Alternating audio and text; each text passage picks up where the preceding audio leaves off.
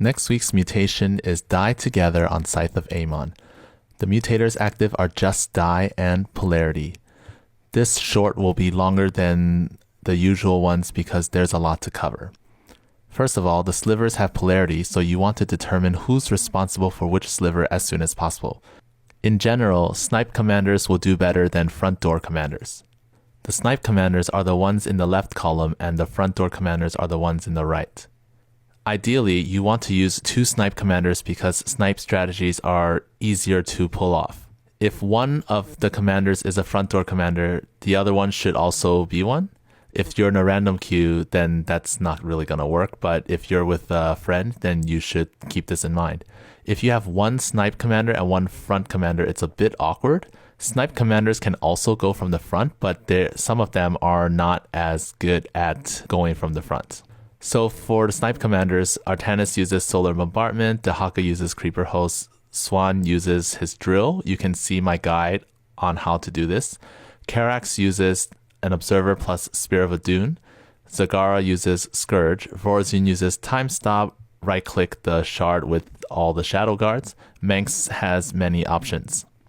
Nova can also be a snipe commander because she can go in from the side with Liberators, use Defense Drone, and snipe the shard to death and then teleport out of there. Tychus can also snipe pretty easily, especially with Lone Wolf. You just get Sam to a corner, press Z, so manually activate the super cloak thing, throw the grenade onto the sliver and then run away to safety, and you repeat this several times. Stetman can kind of snipe. You use Green Zone plus Overcharge plus Corruptors. You don't need links, but you can have them there as well. Zeratul can kind of snipe. You use P1, get a Void Ray from the back, and then use the Super Cloak, and then right-click the shard to death, and then run away. Phoenix can kind of snipe. Your Arbiter suit turns on Cloak, Caldalis right-clicks the Sliver, and the Arbiter uses Stasis on Detectors, so you just keep doing this. Abathur can kind of snipe. By the time he gets to mid-game, his Leviathans and Devourers can just right-click the Sliver and then fly out there. However, his early game is extremely terrible. Raynor can also kind of snipe. In the late game, he flies BCs in from the side, right-click the sliver, and then teleport out of there. But his early game is also extremely terrible. These guys can also snipe with their air units, but you might suffer a lot of losses, so it's not recommended. The best snipe commander is Manx. He has many options to snipe, and he can scout the slivers early. The easiest snipe commander is Dahaka, because you just mass creeper hosts and then you snipe your shards.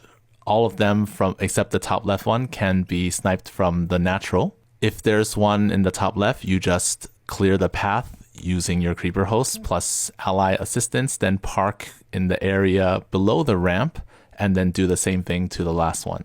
Pack leaders can clear all the waves.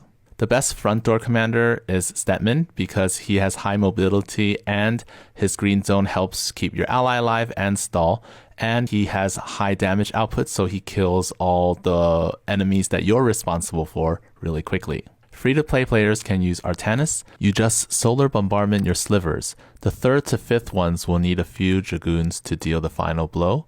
And when your allies attacking their shards, you can use a solar bombardment to hurt or kill the enemies surrounding the sliver. You can spend all your resources on your army to defend your natural and main.